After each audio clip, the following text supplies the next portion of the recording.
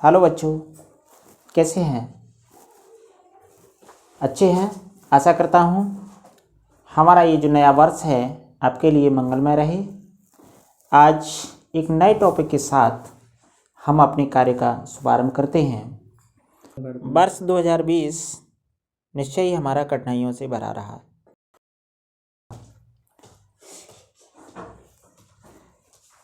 क्योंकि जो शिक्षा का कार्य रहा हमारा वो कोरोना के कारण प्रभावित रहा। अब वर्ष 2021 में हम कैसे अपने लक्ष्य को प्राप्त करें, आज इसी लक्ष्य को लेकर के कक्षा 10 विषय आज का हमारा हिंदी, जिसमें प्रश्न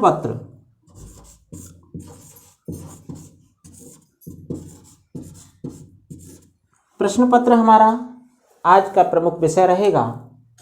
यह प्रश्न पत्र 70 नंबर का रहता है, जिसमें 30 नंबर हमारे प्रोजेक्ट कार्य के रहते हैं और इस प्रकार हमारा जो प्रश्न पत्र है वह 100 नंबर का रहता है। अब हम 100 में से 100 अंक कैसे प्राप्त करें, ये हमारे सामने एक चुनौती है, लेकिन हम इस लक्ष्य को आसानी से प्राप्त कर सकते हैं। जब तक हमारे पास एक पाठ्यक्रम नहीं होगा तब तक हम अपने लक्ष्य को प्राप्त नहीं कर सकते। हमें सबसे पहले अपना पाठ्यक्रम देखना होगा कि हमारा पाठ्यक्रम है क्या। चलिए देखते हैं। पहला हमारा प्रश्न रहता है कि हिंदी साहित्य का इतिहास। हिंदी साहित्य का इतिहास,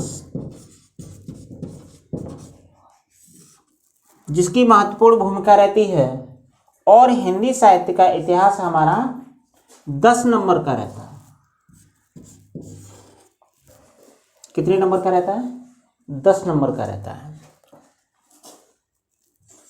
दूसरा हमारा जो प्रश्न पत्र में पाठ्यक्रम में जो विषय रहेगा वह रहेगा रेखांकित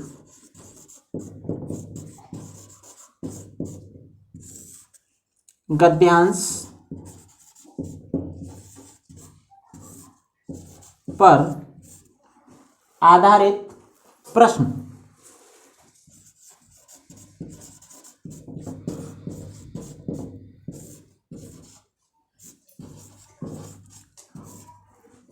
ये जो हमारे प्रश्न रहते हैं रेखांकित गद्यांश पर, 3 प्रश्न होते हैं, 2 + 2 + 2। 6 अंक का हमारा रेखांकित गद्यांश रहता है और इस गद्यांश से हमारे 6 प्रश्न, 3 प्रश्न कैसे आसानी से हो सकते हैं। अगला हमारा जो पद्यांश पर आधारित रहेगा, पद्यखंड,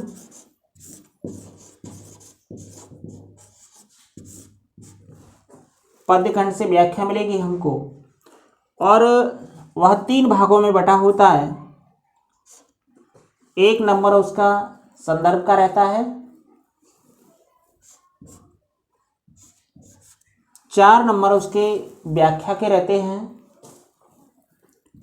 और 1 नंबर उसका काव्य सौंदर्य रहता है। इस प्रकार हमारे कितने नंबर रहेंगे? 6 नंबर। 6 अंक का हमारा पद्यखंड से रहता है। अगला जो हमारा प्रश्न होगा प्रश्न पत्र में वह गद्यखंड पर आधारित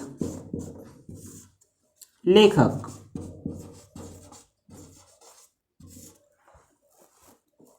गद्य खंड पर आधारित लेखक रहते हैं और लेखक का साहित्यिक जीवन परिचय लिखना होता है।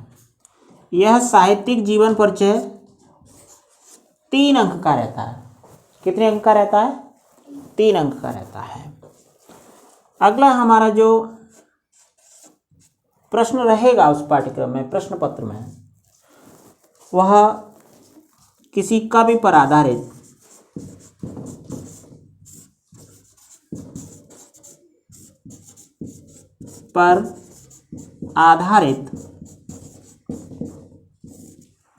किसी कवि पर आधारित उसका साहित्यिक जीवन परिचय रहता है।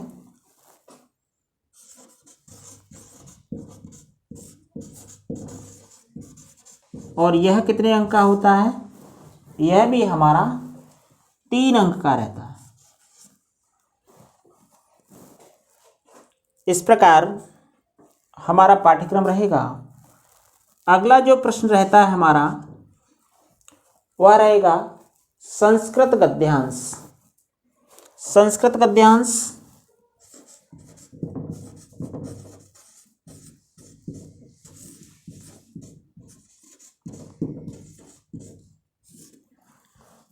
जो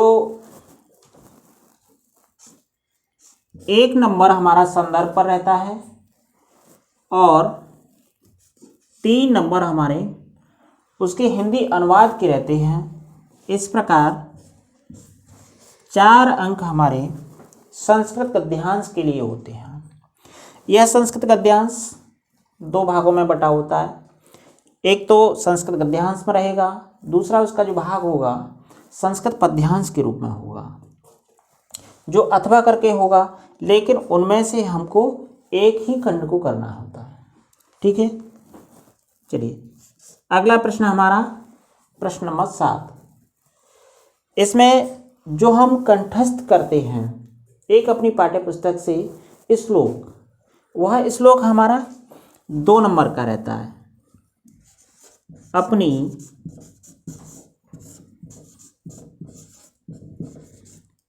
पाठ्य पुस्तक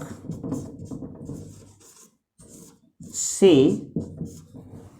कोई एक श्लोक,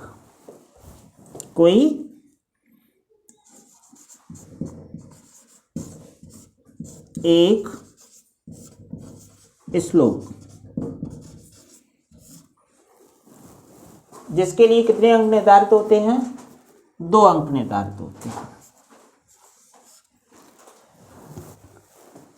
यही प्रश्न क और ख में बटा होता है।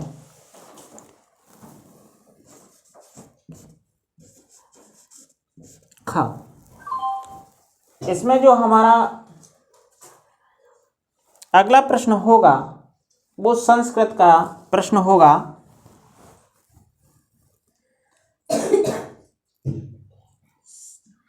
संस्कृत पर आधारित प्रश्नोत्तर।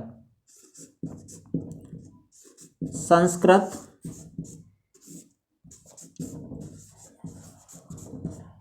प्रश्नोत्तर, ये कितने अंक का रहेगा? यह भी हमारा 2 अंक का रहेगा। यहाँ तक आपकी समझ में आ गया होगा कि हमारा ये कितने का रहा। देख लेते हैं कितने अंक हमारे यहाँ तक बनते हैं। 10 अंक का हिंदी साहित्य का इतिहास, जो गद्य और पद्य दोनों की भूमिका से रहता है। 6 अंक रेखांकित गद्यांश, जिसके 3 प्रश्न होते हैं। तीनों प्रश्नों के उत्तर हमको देने होते हैं। पहला प्रश्न रहेगा कि रेखांकित गद्यांश के पाठ और लेखक का नाम लिखिए। दूसरा प्रश्न जो हमारा रहेगा कि रेखांकित गद्यांश की व्याख्या कीजिए। तीसरा जो हमारा प्रश्न रहेगा वह उसी से संबंधित एक प्रश्न रहता है कि इसमें किसका वर्णन किया गया है, इसमें किसी से रिलेटेड, किसी से संबंधित कोई एक शब्द दिया होगा, उसका अर्थ पूछ सकता है। तो इस प्रकार हमारे 6 अंक रहते हैं रेखांकित गद्यांश पर आधारित। पद्य खंड से एक हमारी व्याख्या रहती है, जिसके लिए 1 अंक हमारा संदर्भ के लिए निर्धारित होता है। उसका संदर्भ लिखना होता है।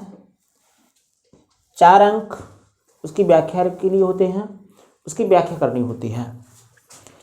1 अंक हमारा उसके काव्य सौंदर्य पर होता है। हम अगले वीडियो में आपको ये बताएंगे कि काव्य सौंदर्य कैसे लिखा जाता है, व्याख्या कैसे की जाती है, संदर्भ उसका कैसे लिखा जाता है, विस्तार से हम चर्चा करेंगे। आज हमारा केवल यही टॉपिक है कि प्रश्न पत्र कितने नंबर का होता है और हम 70 में से 70 अंक कैसे प्राप्त करें। 30 अंक हमारे प्रोजेक्ट कार्य के रहते हैं। अगला हमारा जो प्रश्न रहता है कि किसी लेखक का साहित्यिक जीवन परिचय लिखिए। तो हमें साहित्यिक जीवन परिचय लिखना होता है, उसकी रचना लिखनी होती हैं, लेकिन प्रश्न ये है कि जीवन परिचय कैसे लिखा जाए, ये भी हम आपको स्पष्ट करेंगे। जीवन परिचय आपको याद कराएंगे और लिखाएंगे भी। अगला हमारा प्रश्न रहेगा, तो जीवन परिचय कवियों पर आधारित होता है, पद्य खंड से होता है, और पद्य खंड में वही प्रक्रिया रहती है हमारी जो गद्य खंड में रहती है। अगला हमारा संस्कृत गद्यांश, हमारी जो पाठ्य पुस्तक हिंदी है उसको 3 खंडों में बांटा गया है, गद्य खंड, पद्य खंड और संस्कृत खंड। तीसरा जो हमारा संस्कृत खंड है उससे एक गद्यांश होगा अथवा में उसका पद्यांश होगा और उसके लिए 4 अंक निर्धारित होते हैं। पहला जो अंक आपको मिलेगा उसका संदर्भ लिखने के लिए होगा। 3 अंक जो होंगे उसका हिंदी अनुवाद के लिए होंगे कि उसका हिंदी अनुवाद आपने कैसा किया। कुल आपके जो अंक होंगे 4 अंक होंगे। अगला आपको अपनी पाठ्य पुस्तक से कोई एक श्लोक लिखना होगा।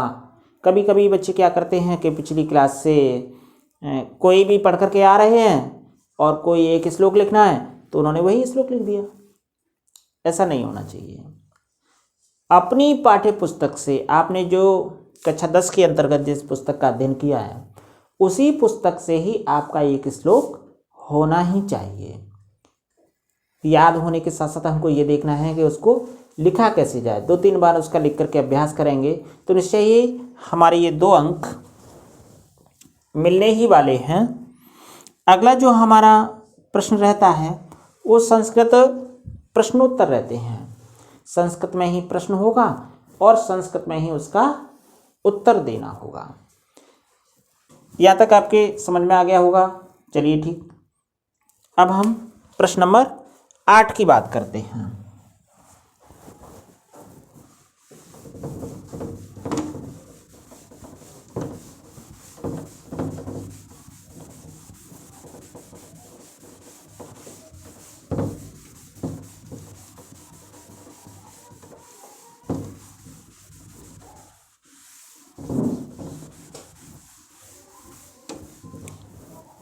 अभी कुछ छात्र लिखना चाहते होंगे, लेकिन अभी मैं अगले वाले वीडियो में विस्तार से चर्चा करूंगा।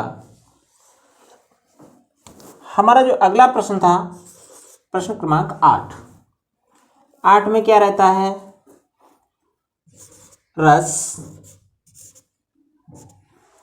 रस के अंतर्गत हमको जो अध्ययन करना है वह है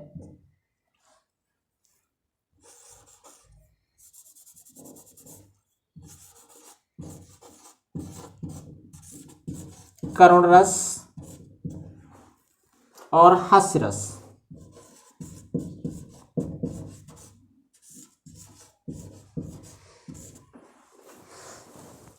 इसके लिए जो अंक निर्धारित किए हैं ये 2 अंक हैं। 2 अंक में एक हमारा उसकी परिभाषा के लिए होता है और एक उसके उदाहरण के लिए होता है। यही प्रश्न क्रमांक 8 क, ख, ग का के लिए छंद,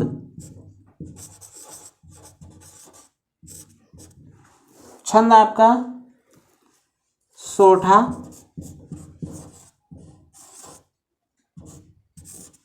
दूसरा छंद हमारा रोला।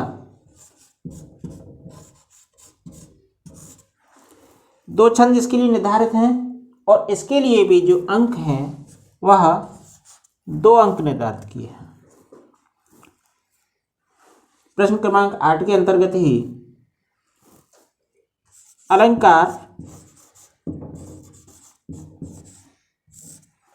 अलंकार में हमको उपमा, रूपक, उत्प्रेक्षा, इसके लिए भी 2 अंक निर्धारित किए हैं। प्रश्न क्रमांक आता है हमारा 9,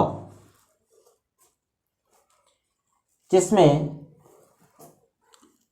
आपको मिलेगी संधि,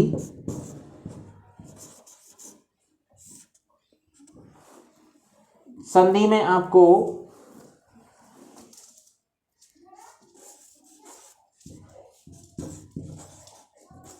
वृद्धि संधि,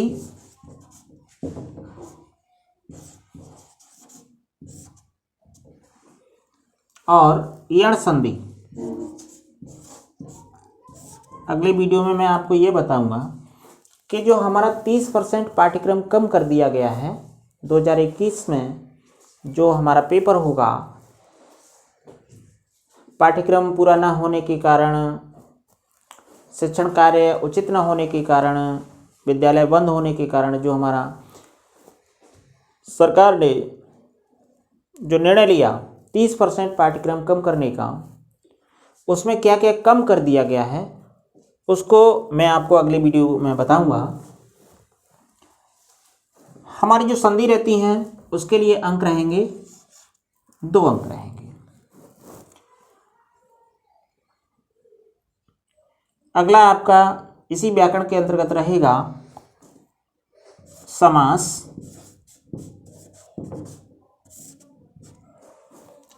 समास के लिए समास के 6 भेद होते हैं और उसमें से कर्मधारय और तत्पुरुष समास, इन दोनों को हटा करके द्वंद्व, द्विगु,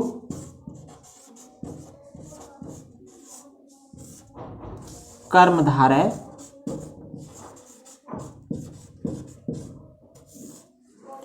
और बहुब्रीहि,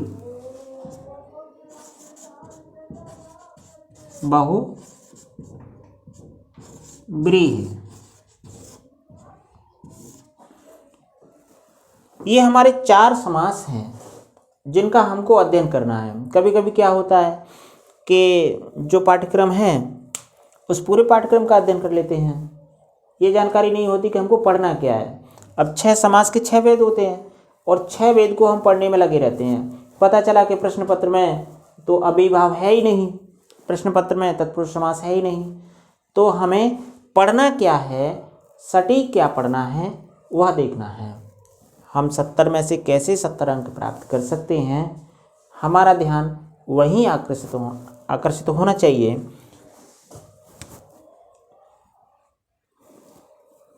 अगला प्रश्न रहता है हमारा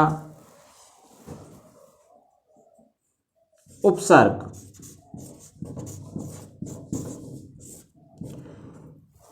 उपसर्ग जो हमारे प्रश्नों में रहेंगे वो 3 अंक के रहेंगे। समास भी आपका 2 नंबर का रहता है, उपसर्ग आपका 3 नंबर का रहता है। उपसर्ग क्या होते हैं, कैसे उपसर्गों से नए शब्द बना सकते हैं, इसकी चर्चा हम करेंगे, आपको विस्तार से तैयारी कराएंगे। उपसर्ग प्रत्यय, प्रत्यय के लिए 2 अंक निर्धारित होते हैं। तत्सम, इसके लिए भी 2 अंक निर्धारित होते हैं। पर्यायवाची, आप पढ़ते आ रहे हैं, पर्यायवाची के लिए भी आपके प्रश्न पत्र में 2 अंक निर्धारित होते हैं। यदि हम ठीक से अध्ययन करते हैं तो निश्चय ही हमारा लगभग आधा पेपर ऐसा होता है जिसको आसानी से हम तैयार कर सकते हैं। पर्यायवाची उसके पश्चात हमारा जो प्रश्न रहेगा उसमें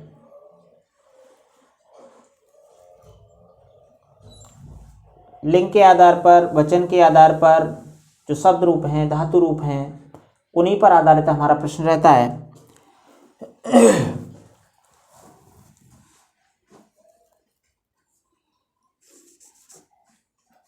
विभक्ति तथा वचन।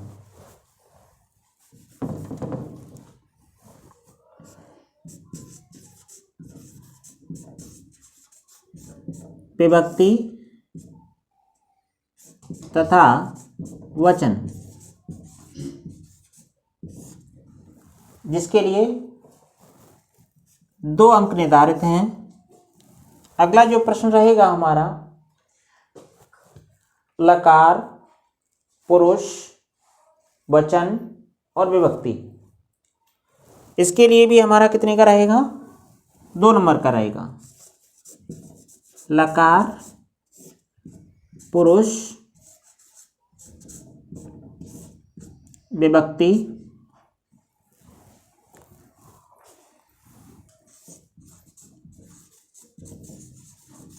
विभक्ति, वचन,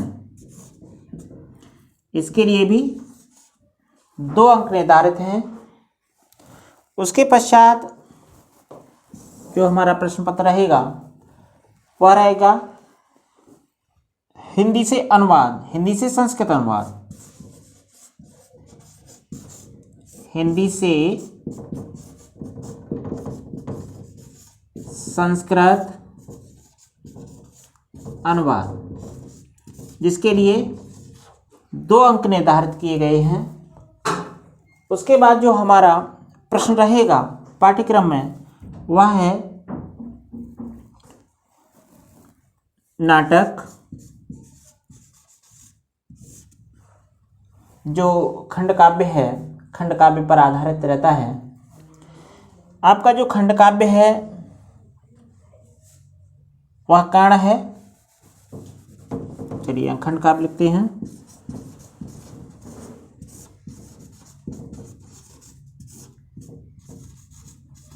जनपद के